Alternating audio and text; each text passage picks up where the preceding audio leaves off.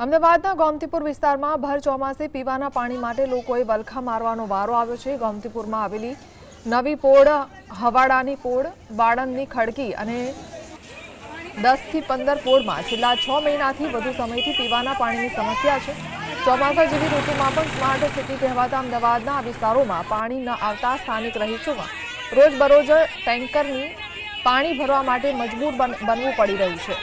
સ્થાનિક લોકો દ્વારા તંત્ર સમક્ષ અસંખ્ય વાર લેખિત અને મૌખિક રજૂઆતો કરવા છતાં આજ દિન સુધી કોઈ જ કાયમી ઉકેલ આવ્યો નથી, જેના કારણે જનતામાં તંત્ર સામે ભારે રોષ ભભૂકી ઉઠ્યો છે। વહેલી તકે આ સમસ્યામાંથી મુક્તિ અપાવવાની માંગ કરી રહ્યા છે।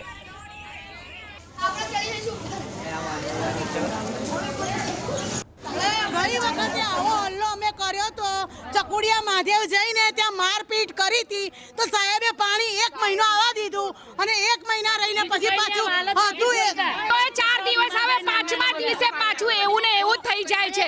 એટલે અમે તો એટલા કંટાળી ગયા છે કે આમ થાય છે ગોમતીપુર છોડીને જતા રહી, હવે એટલી ત્રાસ થઈ ગયું છે।